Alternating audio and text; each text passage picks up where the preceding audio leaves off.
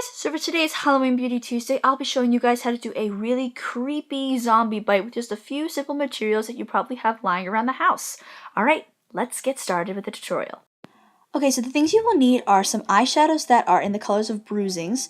You're going to need some eyelash glue, a lipstick that resembles blood color, and lots of Q-tips. Okay, so we're going to start with the Q-tips, and you're going to take one aside, and then you're going to take the rest of them and you're going to pull off the white fluffy part that is on the end. This is going to be used to make the 3D look of the scarring. You can also use scar wax or liquid latex for this as well. So what you're going to do with the Q-tip you put aside, you're going to dip it into the dark purple eyeshadow or brown. Oops, sorry, my hand's in the way. And you're going to make the little spots for where the holes for the bite marks are going to be. You can make about like 5 or 6 on each side, but try to make them as even as possible and to the right size of teeth. So now that you've got your outline of the teeth marks, you're going to take a little piece of that cotton that you ripped off from earlier, and you're going to try to make it to form a circle-type shape that will resemble the 3D hollow of the bite mark. And then you're going to take your eyelash glue and you're going to place it over top of one of the dots that you have done. And this is going to be the thing that holds the cotton to your wrist. So then you're just going to take it, put it up on there, and be careful when you're doing this because it's probably going to want to stick to your finger and it's not going to want to stay. But just keep working with it and possibly put maybe Vaseline or some Neosporin on your fingers. It should prevent the tissue, or not tissue, the cotton from sticking to your finger. And there you go, just mold it to the shape that you want. So now what you're going to do is you're going to take your eyelash glue and you're going to put it back on top of the cotton that has now been dried. And this is going to ensure that the cotton gives a more like skin type effect, especially one that has just been ripped or bitten for a zombie.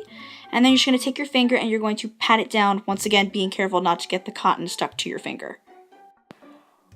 Okay, so now we're going to move on. I've already done the other side of the bite, basically just replicate the same process.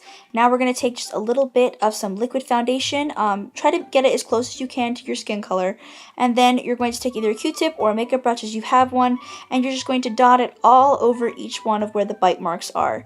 This is going to resemble the pieces of skin that are now slightly pushed out due to the teeth going into your skin and underneath the muscle, and this kind of gives it a more realistic effect. Okay, so now you're going to take that dark purple that you just started with in the beginning and you're going to put it on every single one of the little bite marks.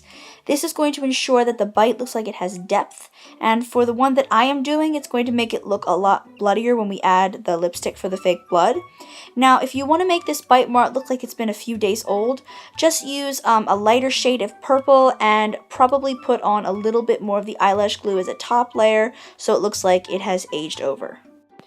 So now with a lighter shade of purple, you're going to go back over and you're going to go in between each one of the bite marks to create a bruising effect and to make the wound look a little bit rotted. So now you're just going to go back over with some eyelash glue and doing what I said before. You're going to take a layer of the eyelash glue and you're going to pat it over top of each one of the bite marks to give it a shiny effect, so that way it looks more like a realistic piece of skin. So if you're looking to make the aged bite mark, this is where you want to stop. But if you want to make it look like a fresh wound, stay tuned and we're going to add the blood. So now you're just going to take a lip brush with the lipstick and you're going to go over every single one of the bite marks. Now, if you don't feel that the lipstick color you have is a realistic effect or not, of course you can use vampire's blood or special effects blood that you can buy at a store. But because this tutorial is based on stuff you probably have around the house, I will be using lipstick for this. So with a lighter shade of red, I'm going to be doing the same thing, and I'm going to be going over every single one of the bite marks and making it look as though the blood is coming out of the wound. So now what you're going to do is you're going to take that dark purple and once again you're going to go over all the wounds, adding some extra bruising around the edges and putting a little bit in the center of each bite to once again to create depth and make a darker looking blood look. Okay, so now to add a shining effect to your look, you're going to take any normal can of hairspray and you're just going to spray the entire wound. Now, for the hairspray that's left on the center in between, for like where the gums would be on inside part of the teeth, you're going to get rid of that with a Q-tip, and that is going to create the realistic shine you're looking for. Alright guys, so that is how to make your easy to do zombie bite tutorial. I really hope you guys enjoyed.